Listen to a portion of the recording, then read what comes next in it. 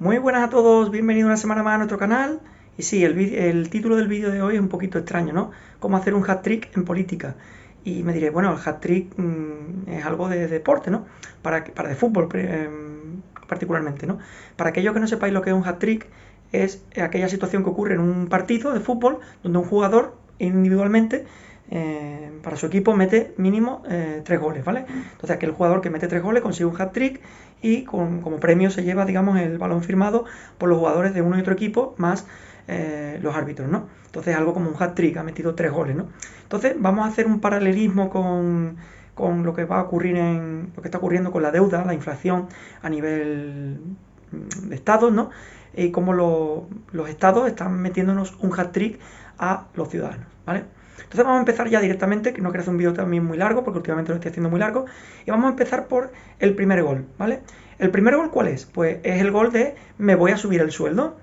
Es decir, cualquier ciudadano o que trabaja en un trabajo, o sea autónomo, o sea empresa, no puede decidir me voy a subir el sueldo, sino que tendrá que aportar más valor si es autónomo empresario, o tendrá que pedir un aumento y se lo tendrá que dar la empresa, ¿vale?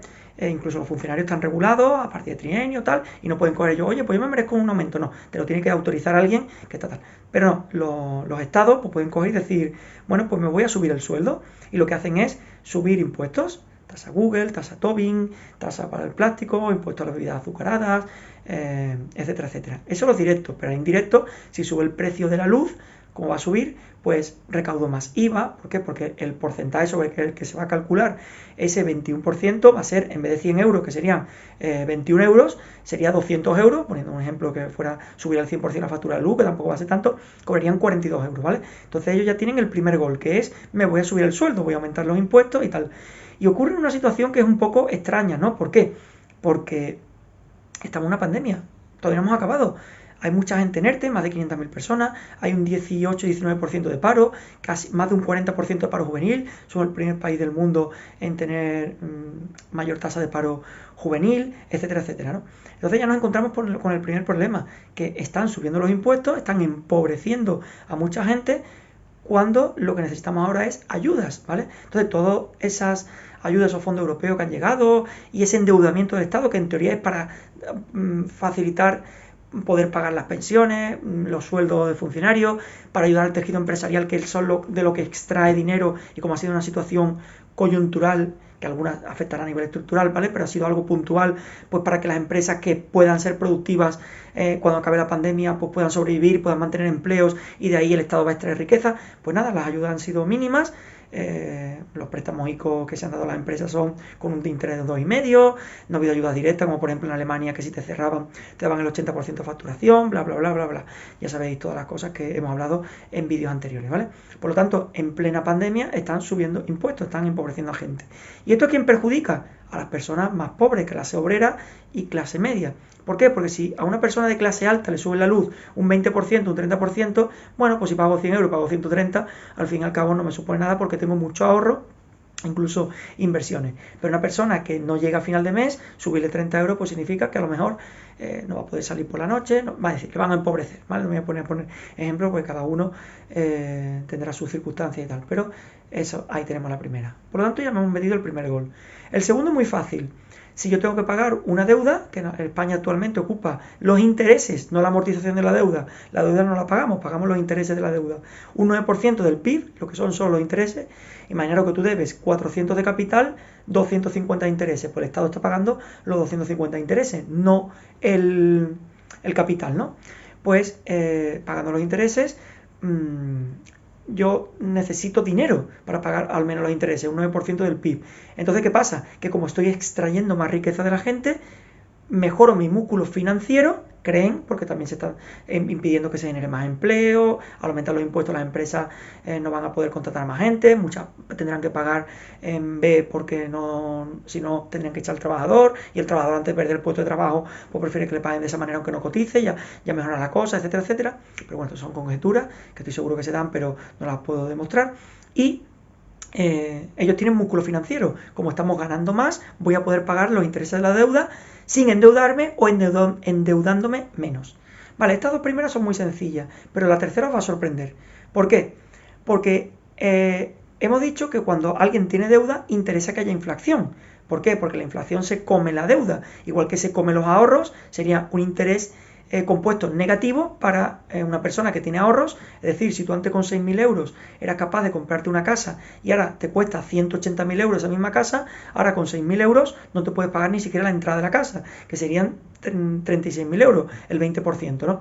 Entonces fijaros cómo el dinero va perdiendo valor. Antes con 6.000 euros me compré una casa, ahora no puedo pagar ni siquiera una entrada. Ahí tenéis un ejemplo claro de inflación. Pero claro, si tú tienes deuda, si tú debes 6.000 euros, compraste esa casa y debías los 6.000 euros y por lo que sea no has tenido que pagarla hasta los 30 años, ahora 6.000 euros, hay gente que en un año la podría pagar la casa con los ahorros de un año, ¿vale? Que serían 500 euros al mes. Pues entonces eso es lo que le interesa al Estado, que haya inflación, pero primero se tiene que tener ese músculo financiero.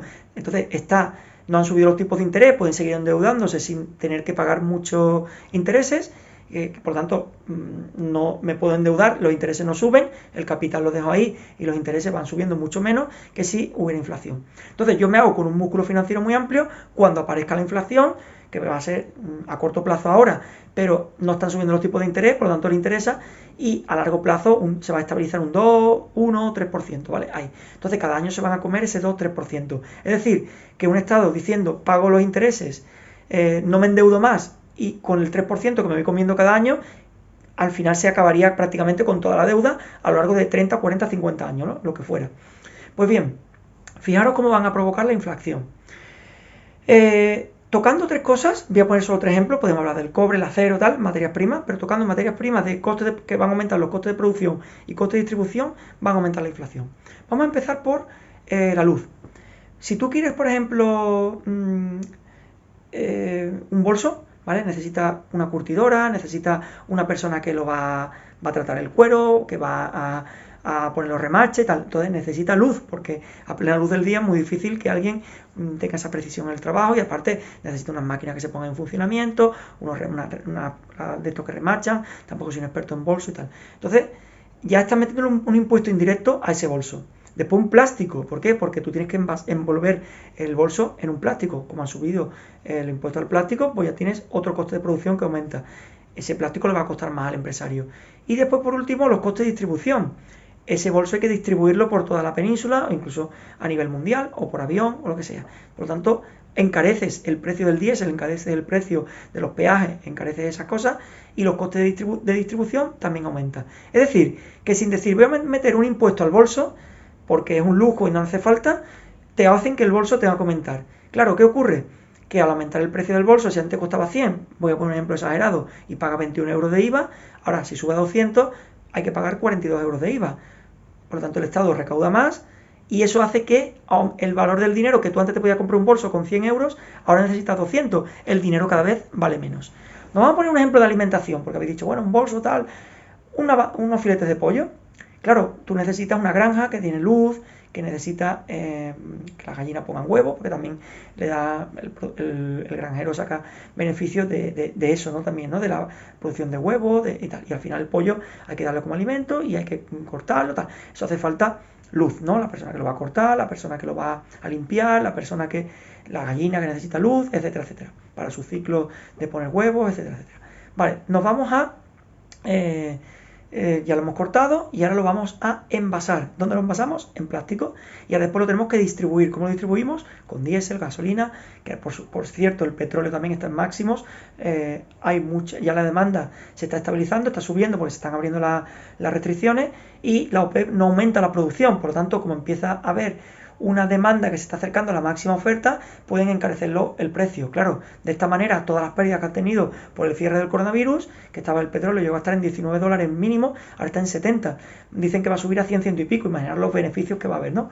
Entonces, digamos que al aumentar el precio del petróleo, también, aparte de no solo el diésel, sino también el petróleo, que supongo que será un derivado del petróleo, pues están aumentando los costes de distribución. Entonces, fijaros, ese bolso, esa bandeja de pollo, como va a pagar una luz más cara, un plástico más caro y una gasolina más caro, con eso aumento el precio final del bolso tal, siempre que la empresa lo pueda asumir. Si no, pues se tendrá que asumir, se tendrá que comer esos costes de distribución y de producción extras, porque si no, no los vendería.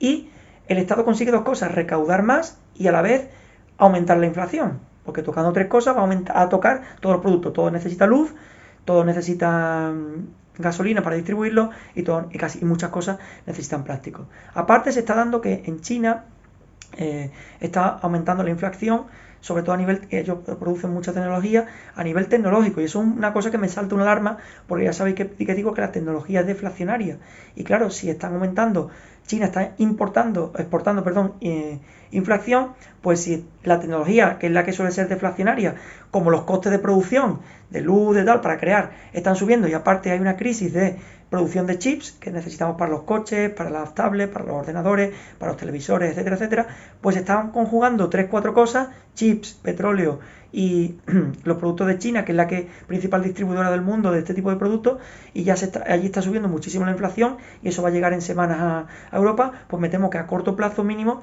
la inflación se va a disparar. Esperemos que sea un rebote, que después la tecnología se aumente la oferta de microchips, el petróleo aumente también la oferta de producción, etcétera, etcétera, y consigamos que baje, ¿no? Que sea deflacionaria y se compense y lleguemos a ese 2% que sería, digamos, más o menos sano, ¿no? Aunque tampoco es necesario que haya inflación para que una economía sea sana, ¿vale? Aunque incluso con negativo tampoco estaría mal siempre que sea por tecnología.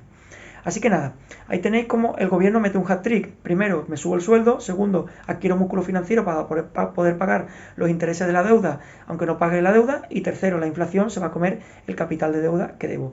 ¿Y cómo lo consiguen? Extrayendo a los ciudadanos. Tenéis un vídeo la semana pasada, cómo protegerte de la inflación, y es muy sencillo, tienes que buscar no solo ahorrar, porque eso te va a comer los impuestos, como ya hemos dicho en el vídeo, sino inversiones que te puedan dar más de ese 2%, digamos, de media, que se supone que se va a estabilizar aunque haya un rebote. También venimos de años deflacionarios, entonces ese 2% mínimo es el que tendrías que buscar en cualquier inversión. Así que nada, espero que te haya gustado el vídeo, dale like, comenta, comparte, y estaré encantado de responder a aquellas dudas o aquellas cosas que te generen inquietud. Un saludo y nos vemos la semana que viene.